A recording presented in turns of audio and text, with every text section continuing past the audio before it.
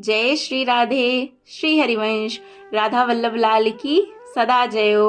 बहुत बहुत स्वागत है आप सभी का।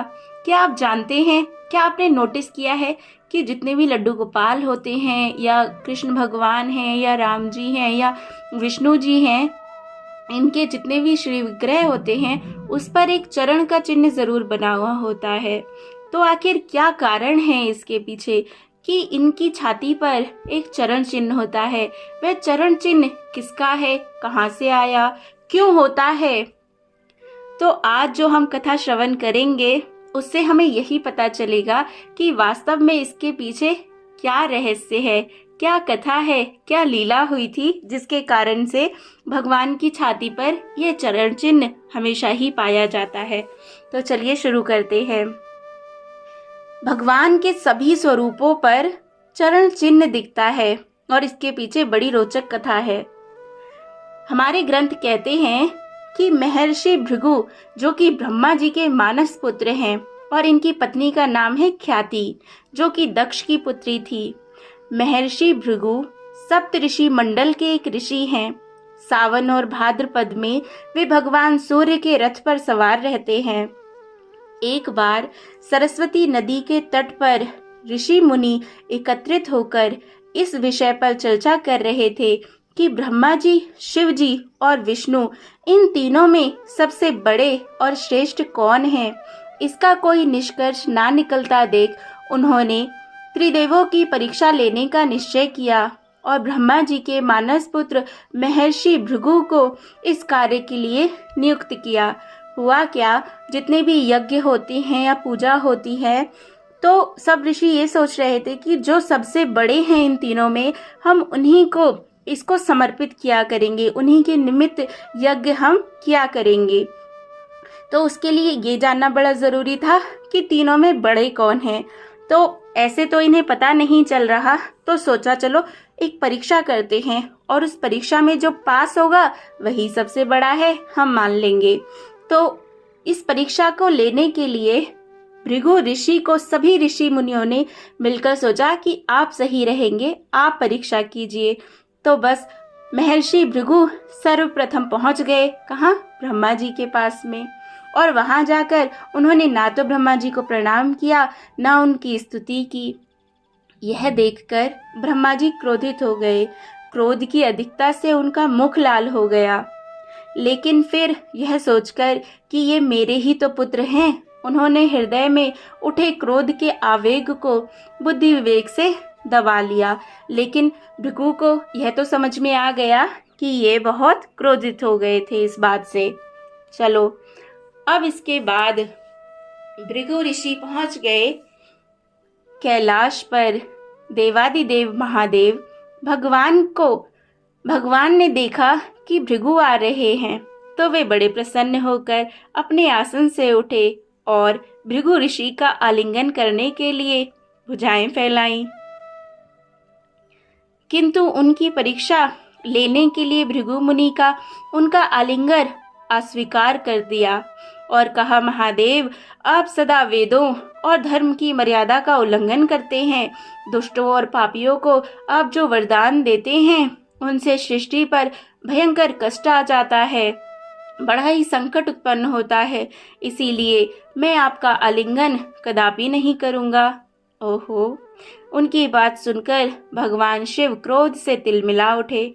उन्होंने जैसे ही त्रिशूल उठाकर उन्हें मारना चाहा, वैसे ही भगवती ने आकर उन्हें बड़े अनुनय विनय से उन्हें रोक लिया और उनके क्रोध को शांत किया।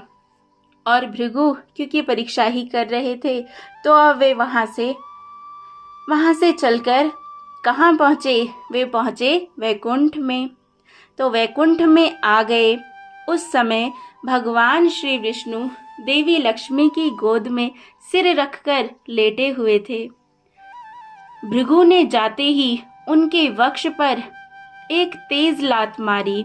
बहुत जोर से जाते ही उन्होंने भगवान की छाती पर लात मार दी। भक्त वत्सल भगवान विष्णु शीघ्र ही अपने आसन से उठ गए और उन्हें प्रणाम करके उनके चरणों को सहलाते हुए बोले, भगवन, आपके पैर में चोट तो नहीं लगी? मेरा हृदय तो वज्र के समान है और आपके चरण कितने कोमल हैं, इनमें चोट तो नहीं आई। कृपया करके आप इस आसन पर विश्राम कीजिए।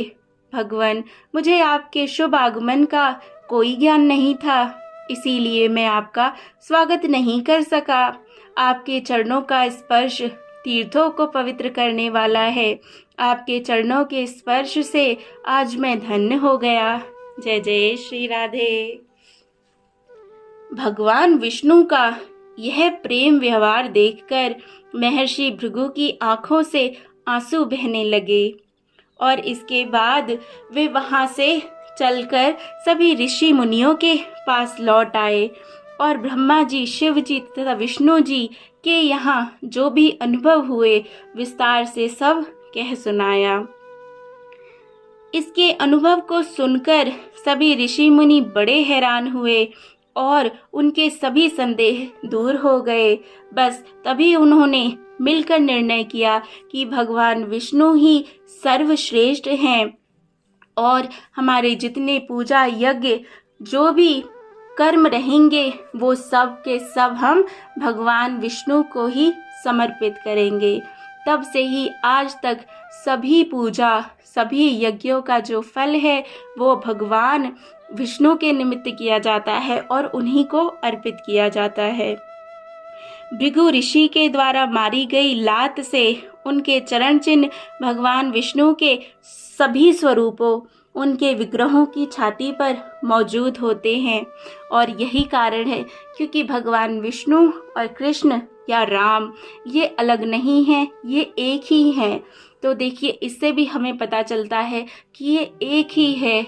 इसीलिए जो लात भृगु ऋषि ने भगवान विष्णु के छाती पर मारी थी, वही चिन्ह भगवान राम की जितनी प्रतिमाएं होंगी या लड्डू गोपाल या कृष्ण जितने भी स्वरूप रहेंगे, उन सब पर वो लात मिलती है।